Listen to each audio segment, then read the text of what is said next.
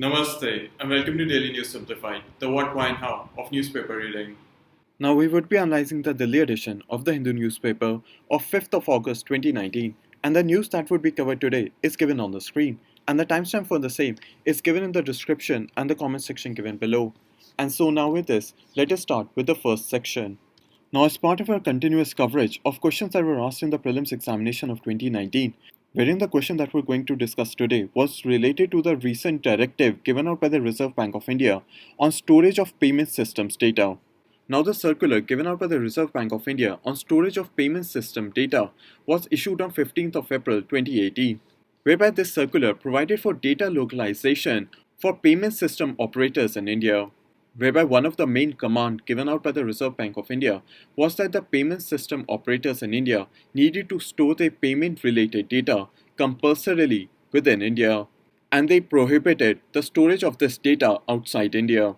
Now, with the help of this explanation given in the Daily News Simplified video of 10th of October 2018, you would have understood that the first statement is correct, whereby the payment system providers had to ensure that their entire data relating to payment systems operated by them had to be stored in a system only in India, and therefore the statement number 1 would be correct. And therefore you would have known that option A, option B and option D can be one of the correct statements, and you could have eliminated option C. Now, with regards to statement number 2 and 3, you need to understand that these are negative statements. So, a comprehensive understanding as to what was given in the RBI circular with regards to payment system data, you would have understood that the RBI circular did not contain any information with regards to having public sector enterprises, or that the report had to be submitted to the Comptroller Auditor General of India or the CAG. And it is through only a comprehensive understanding as to what was written within the RBI circular you would have understood that both statement number 2 and 3 are false statements. And within that context, you would have understood that the only positive statement would have been one only, and therefore the correct answer to this question would have been option A. So now hopefully you've understood on how Daily News Simplified video can help you with your preparation for prelims examination. And so now with this, let us move on to the first article for today. Now we have taken this opinion-based editorial from the editorial page on page 10. Now the author within this editorial provides a comparison between the US war in Vietnam, which had happened during the 1960s, and the current US war within Afghanistan that began after 9/11. Now the author within this editorial has highlighted that the US is facing the same problems or similar problems of withdrawing troops from Afghanistan, which it had faced when it withdrew troops from Vietnam. Now this topic would be understood from two different perspectives, whereby the US withdrawal from Vietnam should be understood from the perspective of GS Paper 1 within the section World History, while the current US withdrawal from Afghanistan should be understood from the perspective of GS Paper 2 within the section International Relations, and within the subsection Effect of Policies and Politics of Developed and Developing Countries on India's Interest. Now the US withdrawal from Afghanistan, which has been highlighted within this editorial, forms a part of our continuous coverage in Daily News Simplified video of US withdrawal from Afghanistan. And therefore this editorial, which highlights a comparison between the US withdrawal of troops from Vietnam to the US withdrawal of troops from Afghanistan, should be considered as part of this continuous coverage. Now the first thing that you need to know was that the country of Vietnam was a French colony and currently borders China, Laos and Cambodia, and also the South China Sea. Now what had happened was that Ho Chi Minh, who was a popular leader within Vietnam, founded the Indo-Chinese Communist Party, whereby this Indo-Chinese Communist Party was formed to oppose the French colonialism within Vietnam. Now what happened in 1945 is that the Communist Party of Ho Chi Minh was able to take control of the region, as you can see from this map, of North Vietnam. However, during that same period, the region of South Vietnam, which you can see from this map, was controlled by the French forces. Therefore, what was unofficially seen in the late 1940s is that the North Vietnam region was controlled by the Communist Party of Ho Chi Minh, who was supported by China and the Soviet Union, while the South Vietnam region was controlled by the French government. Now what happened in the early 1950s, as you already may know, was that the Cold War had started between the United States and its ally and the Soviet Union. And this Cold War between both the superpower had also engulfed the Vietnam region, whereby what was being seen is that the Communist Party of North Vietnam was being supported by Soviet Union, while the French government of South Vietnam was being supported by the United States. And it was in 1954 that Vietnam was officially split into two regions, first being North Vietnam and second being South Vietnam. Now, apart from this, what also happened in 1954 was that the French troops withdrew from Vietnam, and it was left to the South Vietnam government, which was backed both by France and the United States, to continue fighting with the communist government of North Vietnam. However, what was seen during the late 1950s was that the South Vietnam government was losing its ground to the North Vietnam government, whereby the Soviet Union and China were able to build their stronghold within South Vietnam. Now, after this, it was in 1964 that the United States officially entered into the Vietnam War, whereby the US Congress allowed the US President to send troops to the Vietnam War. And soon afterwards, in 1969, a major turning point happened in the Vietnam War, whereby the popular leader Ho Chi Minh of North Vietnam Communist government died. Apart from this, what was also happening is that a lot of US troops were dying in the Vietnam War, and this led to great opposition within the United States of the US involvement in the Vietnam War. And therefore, at that time, the opinion of the American public was that the US troops, which are currently in Vietnam, should be called back. Therefore, during the late 1960s, it was seen that the United States was losing its war within Vietnam, whereby the US backed South Vietnam government was corrupt, had several infighting members, and its military was ineffective in fighting the North Vietnam Communist government. Therefore, after the death of Ho Chi Minh, US President Nixon started talking with the new government that was established in North Vietnam. Now, it was in 1973 that a ceasefire agreement was signed within Paris and is currently known as the Paris Accord, whereby under the Paris Accord, the United States agreed to decrease the presence of its troops within Vietnam, and a ceasefire was established between the North Vietnam government and the South Vietnam government. And therefore, after the Paris Accords were signed, the United States completely withdrew its troops from Vietnam. But what soon happened afterwards was that in 1975, the Communist government of North Vietnam captured the territory of South Vietnam and the South Vietnam government surrendered. And therefore, both North Vietnam and South Vietnam were reintegrated under the Communist government of North Vietnam. So now hopefully up till here, you've gotten a brief understanding of the US withdrawal of troops from Vietnam. Now, according to the author, the current government within the United States is following a similar policy of withdrawing troops from Afghanistan. Now, what had happened is that under the previous President Barack Obama, United States had already begun withdrawing troops from Afghanistan. However, what had happened was that the US government under Barack Obama had handed over the ground offensive against the Taliban to the elected Afghan government, whereby the United States began to support the Afghan government by ensuring help in military equipments, airstrikes, economic aid, intelligence, and also undertaking special operations against terrorists within Afghanistan. However, under the former President Barack Obama, the US still maintained a smaller presence of troops within Afghanistan as compared to when the Afghan war started under President George Bush.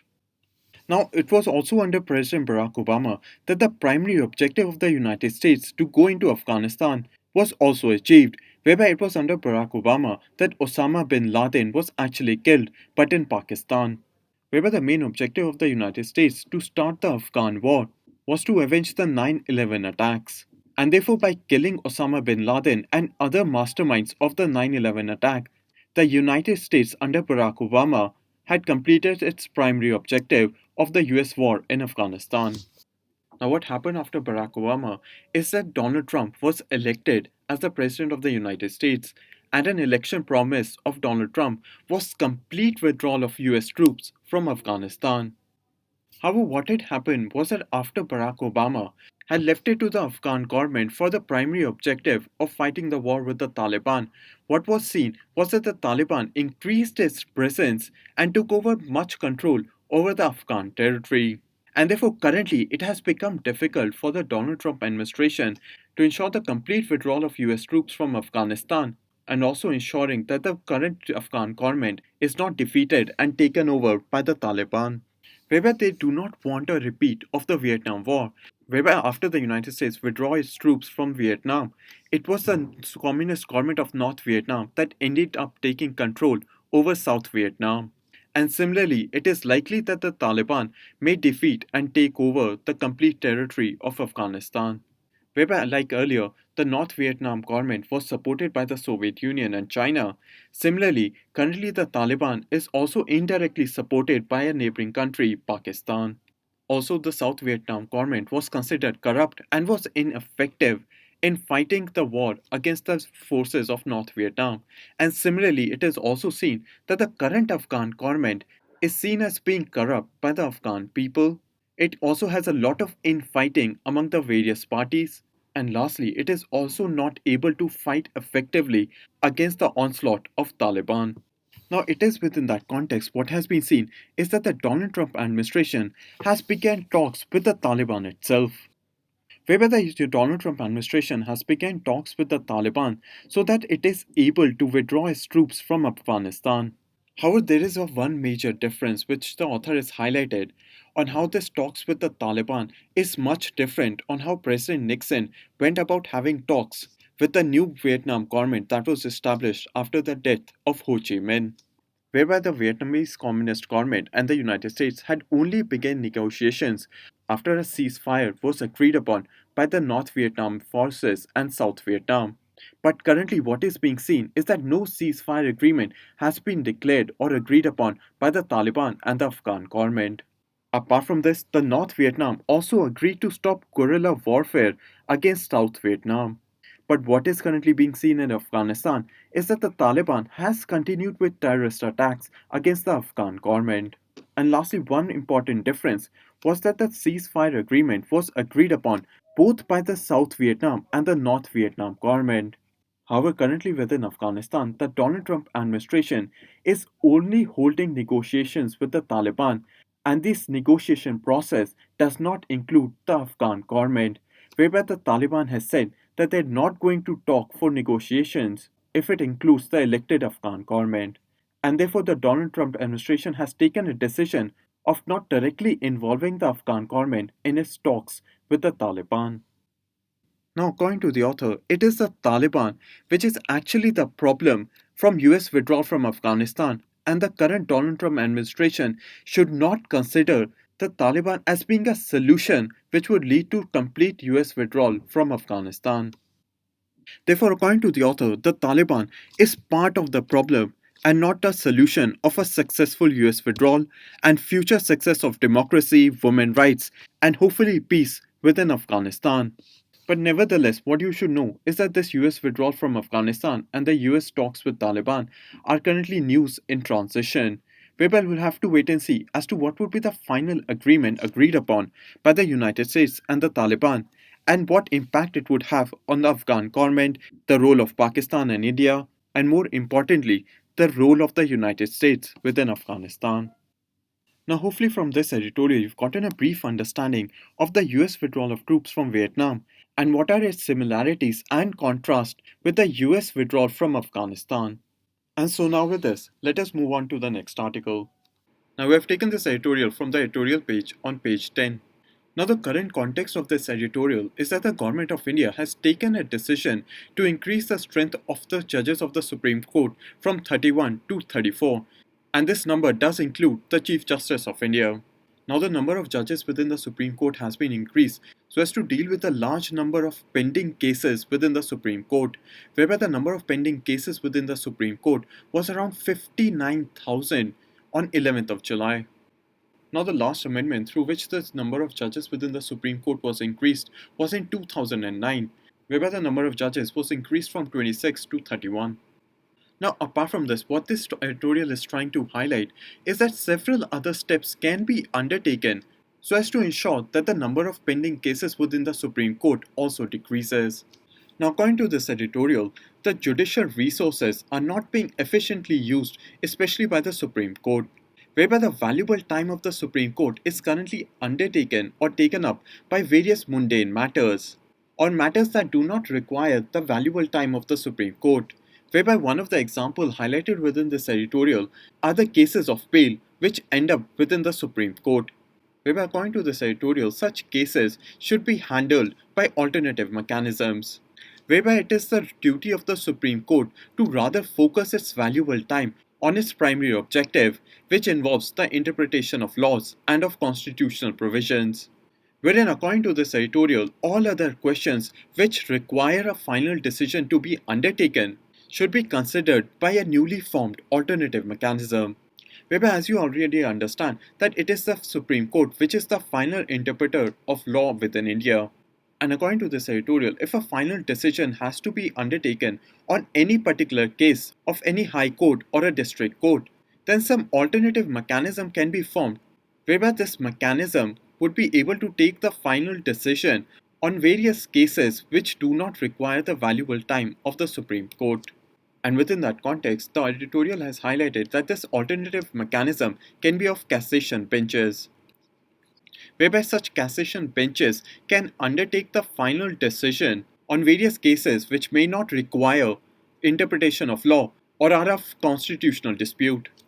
Now, this editorial highlights the 229th report of the Law Commission, whereby this report was given out in 2009 and highlighted the need for cassation bench in 4 regions of India. First being the North region, in particular Delhi, the second being the South region, in particular Chennai and Hyderabad, the third being the Eastern region, in particular Kolkata, and the last being the Western region, in particular Mumbai.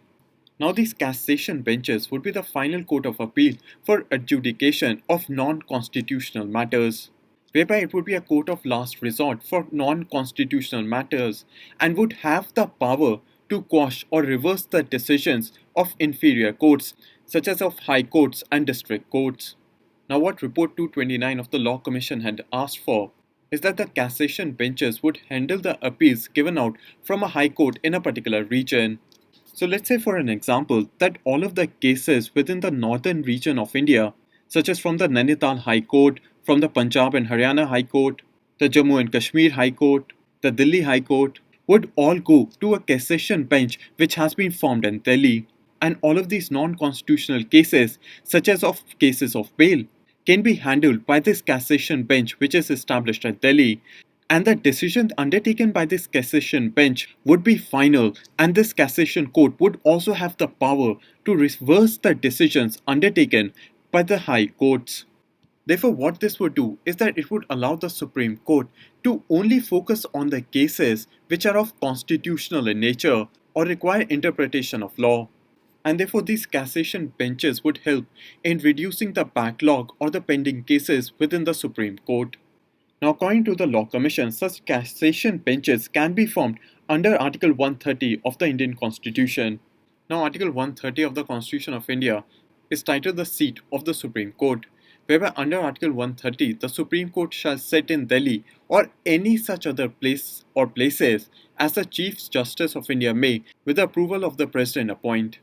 Therefore, according to the Report 229 of the Law Commission, the Indian Constitution does allow the formation of cassation benches in various places such as in Kolkata, Chennai, Hyderabad, Mumbai, and any other place. However, one thing that you need to understand is that the judges who would be appointed to the cassation benches in any place within India would also be Supreme Court judges. Therefore, apart from forming such cassation benches, the strength of the Supreme Court judges under Article 124 would also be needed to increase. And therefore, this raises an important question, is that if the number of judges are being increased, then does it matter whether they sit in the Supreme Court building within Delhi or whether such cassation benches are formed in various other major cities within India?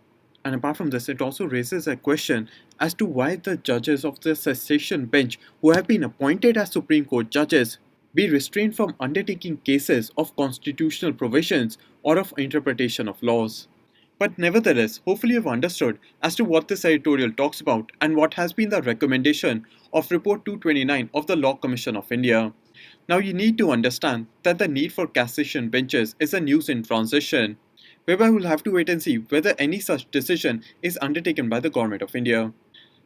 But hopefully, if any question does come up in your mains examination with regards to pendency of cases within the Indian judiciary, especially the Supreme Court, then one of the points that you can highlight is that cassation benches can be formed as part of the recommendation of Report 229 of the Law Commission. Now this editorial and the explanation given in this section should be seen from the perspective of GS Paper 2 within the section Polity and Governance. And so now with this, let us move on to the next article. Now I have taken this opinion-based editorial from page 11. Now with reference to this editorial, we're not going to discuss the various political aspects highlighted within this article. And therefore it is a small crux of this editorial which we're going to try and understand. Now according to the author, sexual assault within India is mainly not punished because of three main reasons. First being of political privilege that is given to those who undertake sexual assault. The second factor being social authority, in particular the caste and the religious angle to particular cases of sexual assault.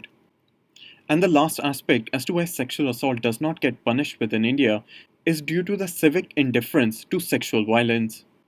Whereby according to the author, all of these three factors leads to a restrained response of the police to sexual assault and also by other government officials such as doctors, individuals within the local collectorate, among others. Now according to the author, because of all of these factors, it causes a restraint of action against those who indulge in sexual assault or sexual violence, whereby various government officials including the police, the doctors, the individuals within the local collectorate are not able to take action against those who indulge in sexual assault because either they have political privilege, social authority, or even because the government is not under pressure from the public or the civic society to take action against sexual violence. Now, apart from this, what the author is trying to also highlight is that under Article 21 of the Constitution of India, we are provided right to life and liberty. However, what the author is trying to say is that even though Article 21 provides for protection of life and of personal liberty, this provision does not ensure that a person who has been a victim of sexual assault is able to regain their liberty from the society at large. Whereby, according to the author, complaints against sexual assault is most likely to be disbelieved, whereby the victim herself is blamed for the sexual assault. Similarly, if the complaint of sexual assault has been given out by a person of a lower community or of a weaker economic background, then it becomes very difficult for them to even get justice from the criminal system. And apart from this, there is a stronger pressure on an individual of sexual assault to keep quiet that they are a victim, and this pressure is mainly provided by the family of that victim. And it is within that context that the author is calling the Constitution of India an ornamental document, whereby even though if the Constitution does provide for right to life and liberty, it cannot compel the larger society within India to treat a victim of sexual assault with respect, honor, and ensure that the person's liberty is maintained. So now hopefully you've understood the main crux of this editorial, and the explanation given this section should be seen from the perspective of GS Paper 2 within the section Social Justice. And so now with this, let us move on to the next article.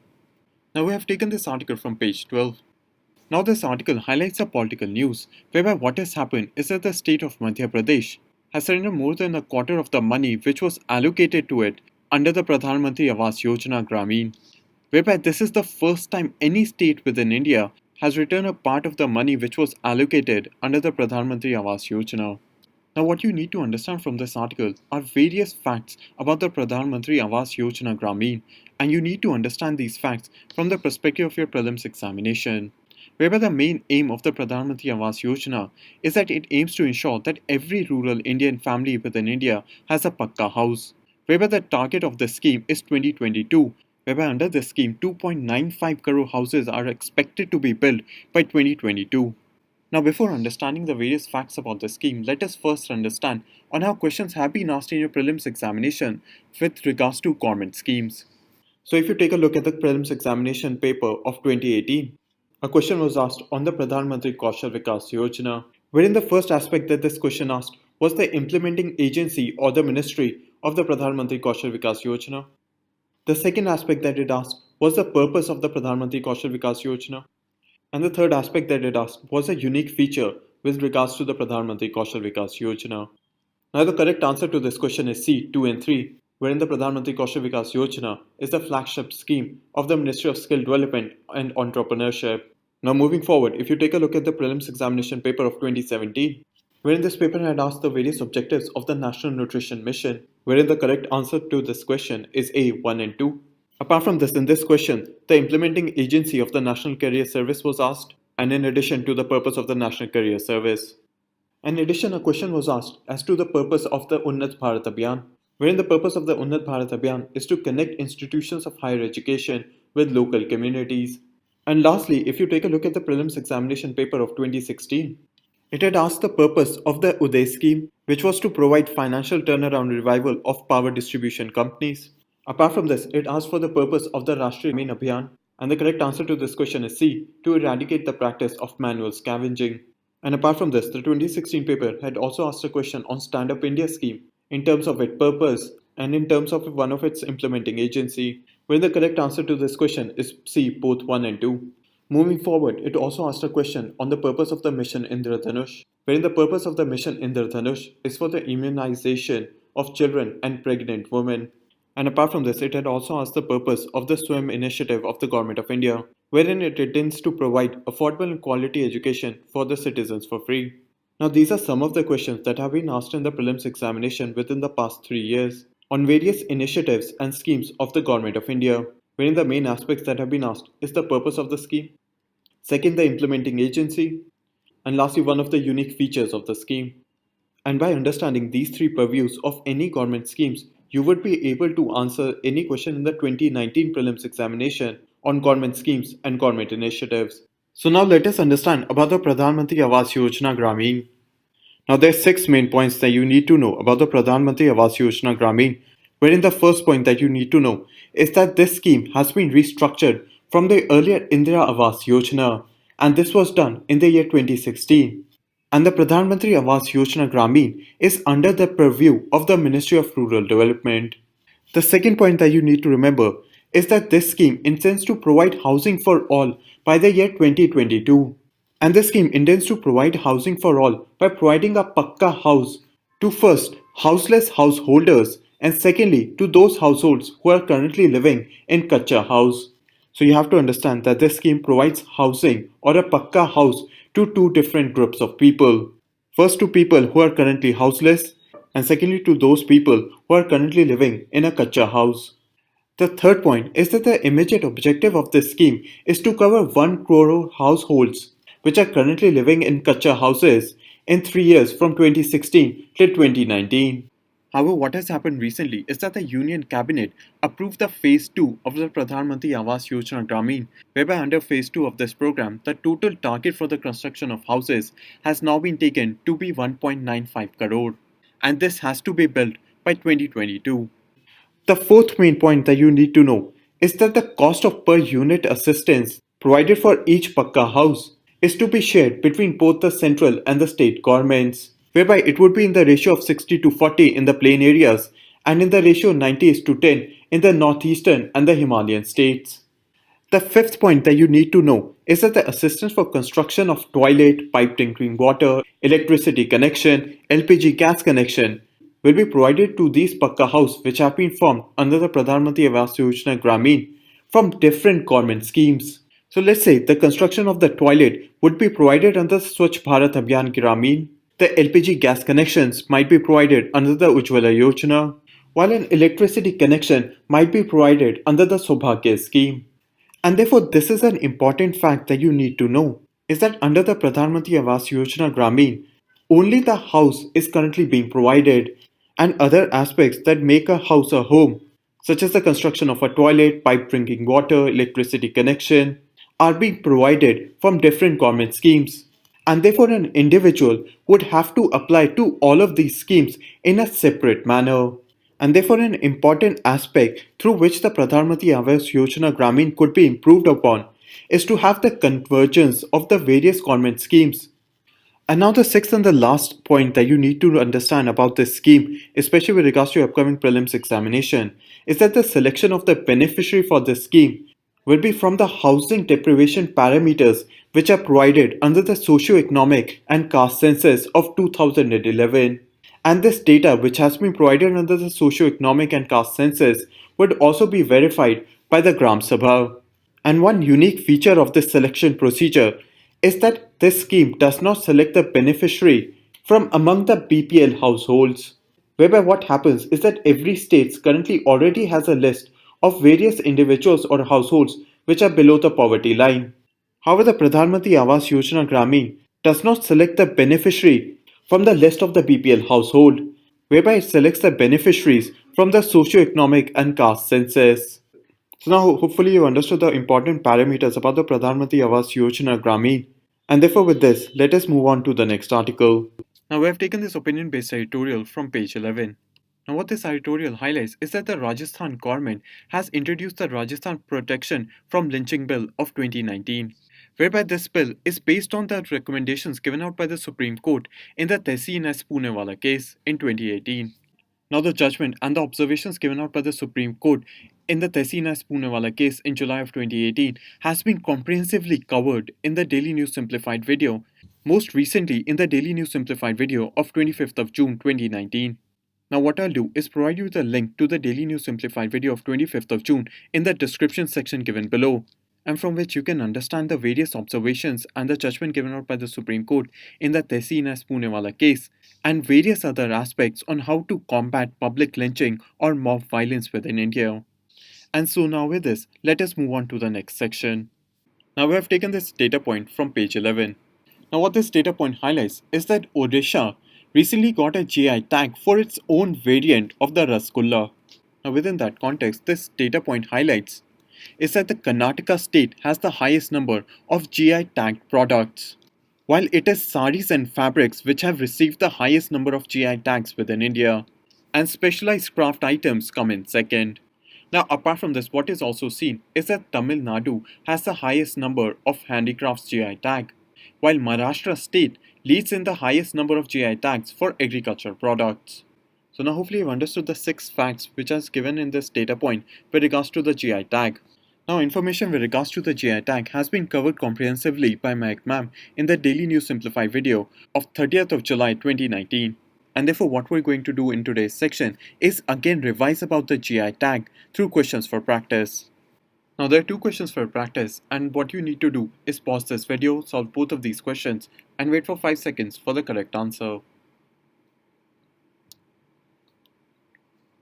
Now the correct answer to question number 1 is C, 1 and 3, whereby Karnataka has received the highest number of GI tag products within India, and similarly it is the state of Tamil Nadu which leads in the highest number of handicraft GI tags. While in agriculture products it is the state of Maharashtra which leads with the highest number of GI tags. However, statement number 2 is incorrect, whereby it is not food items but handicrafts which have received the highest number of GI tags within India. Now with regards to question number 2, it was asked in the prelims examination of 2018, whereby the question asked, India had enacted the GI Indications of Goods Registration and Protection Act of 1999 in order to comply with the obligations, whereby the correct answer to this question would be D, World Trade Organization. Now there are 2 more questions for practice, and what you need to do is pause this video, solve both of these questions, and wait for 5 seconds for the correct answer. Now question number 3 is based on Article 130 of the Constitution of India, whereby Article 130 provides for the seat of the Supreme Court. Now with regards to statement number 1, the Constitution of India does provide the seat as to where the Supreme Court shall sit, whereby Article 130 provides that the Supreme Court shall sit in Delhi. While with regards to statement number 2, the Chief Justice of India with the approval of the President can form places outside Delhi for the seat of the Supreme Court. Now the Chief Justice of India may with the approval of the President appoint other places as seat of the Supreme Court. Therefore statement number 1 is incorrect and statement number 2 would be correct, and therefore the correct answer would be B, 2 only. Now with regards to question number 4, the Gulf of Tonkin is important to know with regards to the Vietnam War, whereby it was the Gulf of Tonkin incident which led to the US Congress allowing the US President to go into war within Vietnam. Whereby with regards to this question, the correct answer would be B, 1 and 2, whereby it is Vietnam and China which border the coast of Gulf of Tonkin. Now there are 2 more questions for your practice, and as you already understand, pause this video, solve both of these questions, and wait for 5 seconds for the correct answer. Now with regards to question number 5, the correct answer would be D, 1, 2 and 3. Whereby under the phase 2 of the Pradhan Mantri Awas Yojana Gramin, 1.95 crore houses would be built by 2022, and the minimum size of the house is stipulated to be around 25 square meter. Now an important fact that you should also know is that a beneficiary of under this scheme is entitled to 90 days of unskilled labor under the Manrega program, and the number of days increases to 95 for hilly states. Now with regards to question number 6, if you take a look at statement number 1, then the Pradhan Mantri Awas Yojana Gramin is under the Ministry of Rural Development. However, statement number 2 is correct, whereby the beneficiaries are enlisted based on the socio-economic and caste census of 2011. However, statement number 3 is wrong, whereby the beneficiaries are not provided free LPG and electricity connections under the scheme. Therefore, the correct answer to this question would be C, 2 only. And now with this we come to an end in the analysis of today's newspaper. Now we move on to the question for today.